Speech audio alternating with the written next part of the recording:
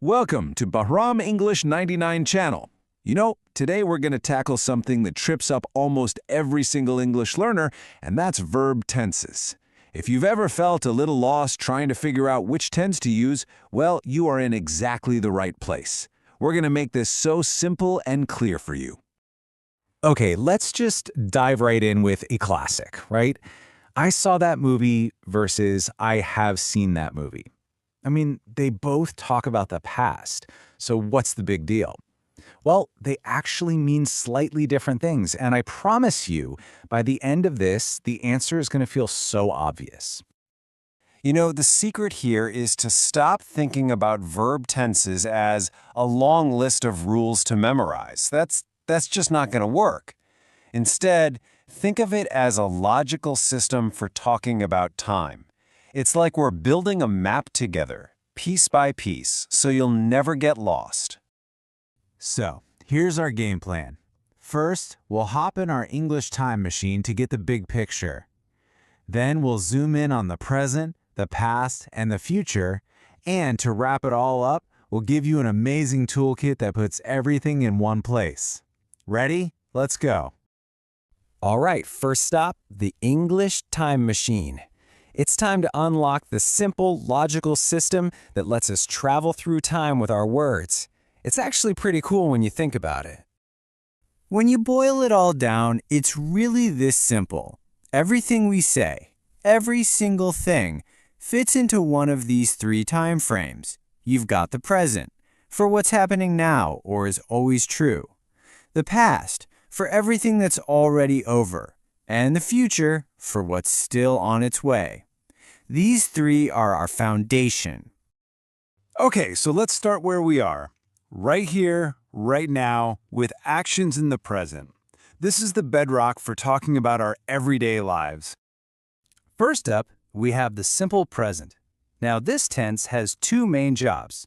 It talks about habits, things you do regularly, like I drink coffee every morning, and it talks about general truths, things that are just facts, like the earth revolves around the sun. Now look closely at this, because there's a really cool pattern here.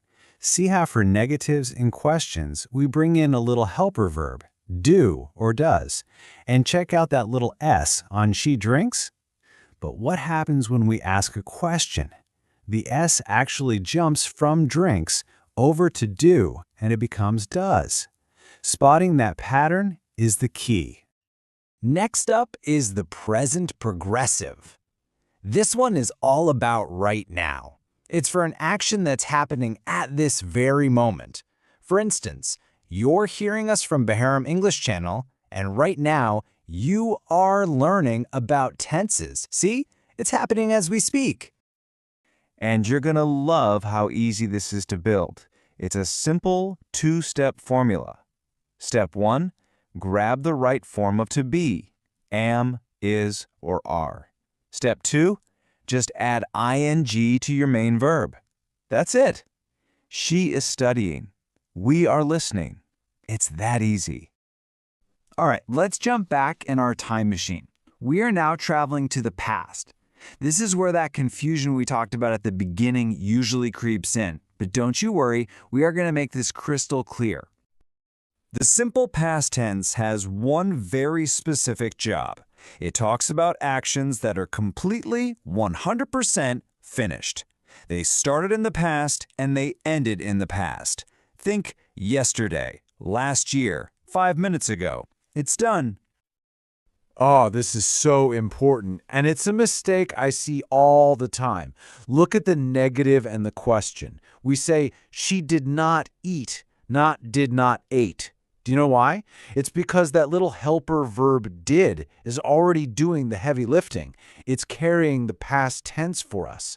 So the main verb can just relax and go back to its original form. And now, the one that can cause so much trouble, the present perfect. But honestly, it's my favorite tense because its job is so unique and powerful. It's a bridge. It connects something that happened in the past to the present moment. So when you say, I have seen that movie, think about what you're really saying. Yeah, the action of watching it happened in the past, But the result of that action is right here, right now.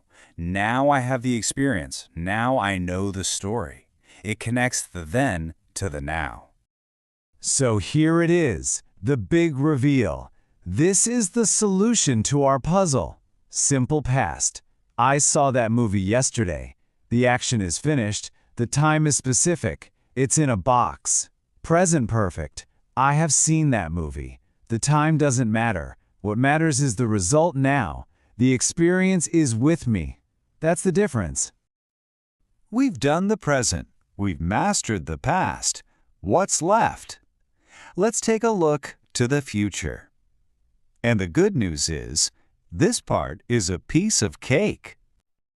The simple future does exactly what you think it does. We use it to talk about actions, plans, or just predictions for a time that hasn't happened yet.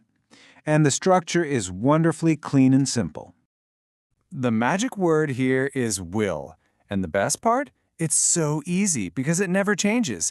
I will, you will, she will, they will. It's always the same.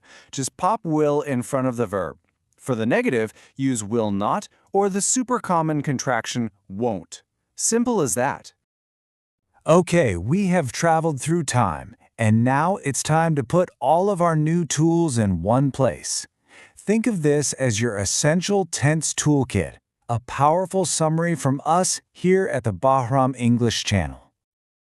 Just look at how beautifully this all fits together. Simple present is for habits. Present progressive is for right now. Simple past is for finished actions. Present perfect is that special bridge from past to present. And simple future is for tomorrow. It's not random. It's a perfect system. And now you can see it all laid out. And there you have it. We started with a confusing question, and now look at you. You have a clear, logical map that you can use to navigate time whenever you speak English. It's all about moving from confusion to confidence. So I have one last question for you. Now that you have these tools in your toolkit, which tense are you going to practice first? Which one feels the most useful for you right now? Thinking about how you'll use it is really the first step to mastering it. Thank you for being with us until the end of this video. Please be sure to subscribe to the Bahram English 99 channel and give us energy with your likes and comments. Share your comments with us and send the video to your loved ones so that others can also use it.